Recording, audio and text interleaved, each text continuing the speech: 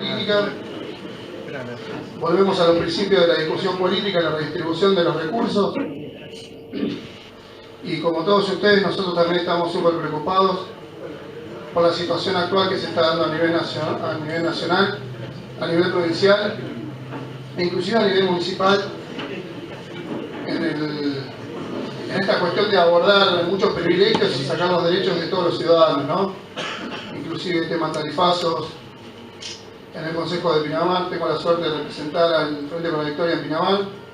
Están abordando temas como volver a discutir, de sacarle el techo al fondo del conurbano, de tener más recursos para la provincia, pero no se está discutiendo que darle más recursos a la provincia significa también dejar despojadas las provincias como Chaco, Formosa, Jujuy, provincias que están en peores situaciones que la nuestra. Por una cuestión de tener más recursos para la provincia de Buenos Aires, nos estamos olvidando de qué necesitan las otras provincias que están con situaciones de tasas de empleo mucho más bajas que la nuestra, de tasas de mortalidad infantil muy superiores a la nuestra y con necesidades básicas indispensables para cubrir mucho más que nuestra provincia. De lo que hablamos es de traer compañeros como Leandro, como hicimos con Franchina, con el Negro Matos, compañeros que están en la discusión nacional para poder tenerlos de cara, para poder escucharlos, hacer preguntas, charlar con ellos y tomar conocimiento de lo que está sucediendo y discutiendo a nivel nacional, que si bien muchos no nos enteramos de todo lo que está sucediendo, porque es entendible que como durante 12 años se abordaron derechos a fondo con un proyecto nacional y popular, en 6 meses ellos están quitándonos esos derechos a fondo y a veces no lo vemos. Una de las cuestiones es, hablando de Leandro Santoro, que es de la corriente alfonsinista, el radicalismo de izquierda, ¿no? Obviamente. Creo que se repite la misma historia de Forja, entendiendo que no hay que seguir una bandera, sino un proyecto para todos los argentinos, y eso la verdad que merece un aplauso, compañeros. Vamos a aplaudir acá adentro. Y agradecerle su presencia. Les voy a contar algo, que Leandro lo va a saber explicar mucho mejor que yo. Una de las cosas que hizo Alfonsín cuando asume y le devuelve la democracia a todos los argentinos es poner a disposición de él todas las fuerzas militares mediante un decreto, ¿no? El presidente, el que cuida a todos los argentinos, iba a disponer de cómo iban a actuar las fuerzas militares. Sucedió lo mismo con Macri, pero lo anuló, lo sacó, le volvió a dar la autonomía de decisión a los militares, ¿no? Además de entender esta suerte de libre albedrío para reprimir al trabajador cuando crean ellos que sea necesario reprimir al trabajador, cosa que no sucedió durante 12 años. Eso está claro. Lo que está pasando. Y en segundo lugar, no digo un programa, pero por lo menos algunos tips, algunas pautas para poder orientarnos acerca de cómo poder seguir haciendo política, defendiendo este proyecto político y fundamentalmente desafiando el futuro, que creo que es el desafío. En muchas de las charlas que nosotros damos siempre hay como una suerte de vuelta, digamos, hacia la revisión de nuestro pasado más reciente, como consecuencia de la necesidad que sentimos muchos de nosotros de entender no solamente qué pasó, sino fundamentalmente de reivindicar nuestra identidad. Y yo creo que eso se explica porque los cambios que se produjeron en estos primeros 6 meses o 7 meses de gobierno fueron muy veloces. Y todos tenemos la sensación que ese proceso de desmantelamiento del estado de bienestar, ese proceso de redistribución regresiva de la riqueza, es consecuencia fundamentalmente de una derrota cultural, o por lo menos de una, no sé si derrota cultural entendido en términos globales, pero sí por lo menos en términos de haber perdido la iniciativa política a la hora de fijar cuál es el norte en términos de los valores y las ideas que tienen que organizar la discusión económica y política de Argentina. Yo creo que eso se dio fundamentalmente porque este proyecto económico que hoy se está llevando adelante, entendió como entendió el proyecto económico de los 70 de Martínez de Oz y el proyecto económico de los 90 de Domingo Cavallo, que para poder reformar estructuralmente la economía y la sociedad necesitaban fundamentalmente derrotarnos en el terreno de las ideas. En los 70 ya sabemos lo que pasó, directamente aniquilaron a los 30.000 tipos más lúcidos que tenía la Argentina, los tipos más comprometidos. Y en los 90 lo que provocaron fue un quiebre espiritual e ideológico. Recién el compañero hablaba del alfonsinismo. Bueno, yo creo que una de las principales consecuencias de los 90 es que hay una generación que se incorporó a la política en el 83, en el 84, que le quebraron la voluntad y la mandaron a la casa. Y los que se quedaron muchas veces terminaron imitando a sus enemigos, o sea, convirtiéndose en lo que habían puteado cuando eran chicos y decidieron incorporarse a la política. Por eso siempre decimos que una de las consecuencias más nefastas que dejan los 90 es el pragmatismo como ideología. Ahora, este proceso histórico, esta tercera ola neoliberal no es igual.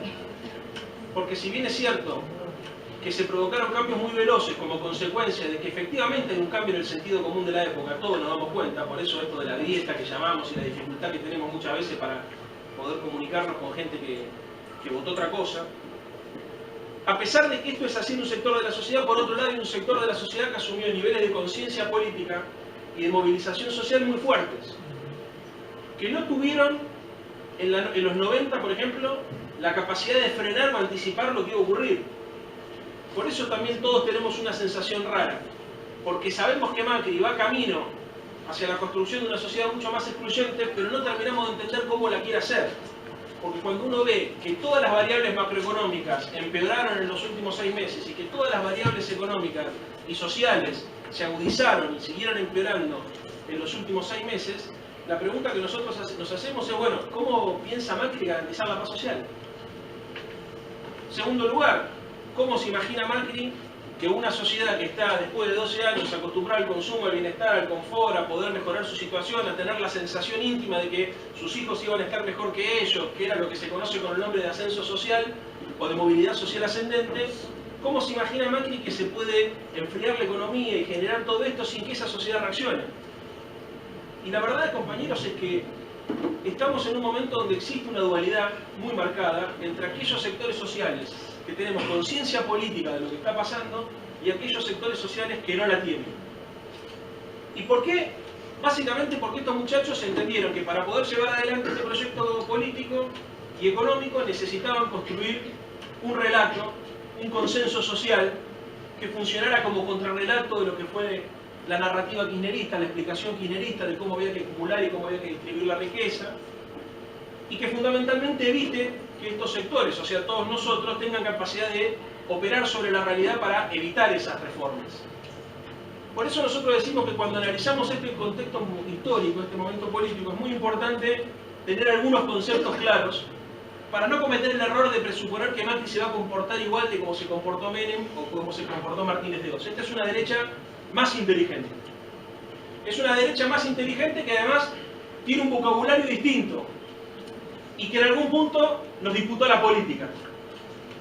Y si tuvo la capacidad de construir un consenso negativo alrededor de la pesada herencia recibida, entre otras cosas es porque nosotros no tuvimos la capacidad de discutir con ellos el futuro y nos limitamos solamente a reivindicar los logros de la última gestión.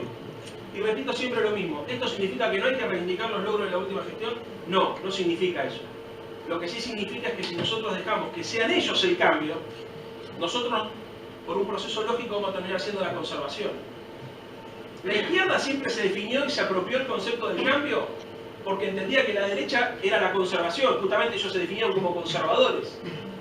Es una suerte de desnaturalización que los que le vengan a proponer al argentino o a los argentinos el cambio social, la pobreza cero, la recuperación de las instituciones en función de la política, sea la derecha. Piénsenlo un minuto. Nos terminan robando banderas históricas a nosotros, en una operación discursiva y cultural increíble. Con la pobreza cero se nota mucho más, o sea, que los responsables de haber concentrado la riqueza y haber extranjerizado la matriz productiva durante los últimos 40 años en la Argentina sean los tipos que se presentan en elecciones diciendo que ellos expresan la sensibilidad social de la pobreza cero, que va a buscar la pobreza cero, habla no solamente de los cambios culturales ocurridos en nuestra sociedad, sino también fundamentalmente de un error de lectura política que tuvo nuestro propio espacio para permitir que ellos avancen en esa dirección. Entonces, el relato que nosotros pudimos construir estos últimos 12 años, que yo obviamente lo vinculo con, con la épica alfonsinista, el primer alfonsinismo, que es básicamente la idea de un pueblo empoderado, por eso la discusión del populismo, porque la gran diferencia es que desde este lugar del arco político entendemos que los protagonistas de la historia somos nosotros, y desde el otro arco, desde el otro punto del arco político, se presume que son las corporaciones, los CEOs de las multinacionales, o sea, el poder económico el que tiene que tomar la decisión. es un cambio, paradigmático en términos de cómo se ha aplicado en esta oportunidad en la Argentina.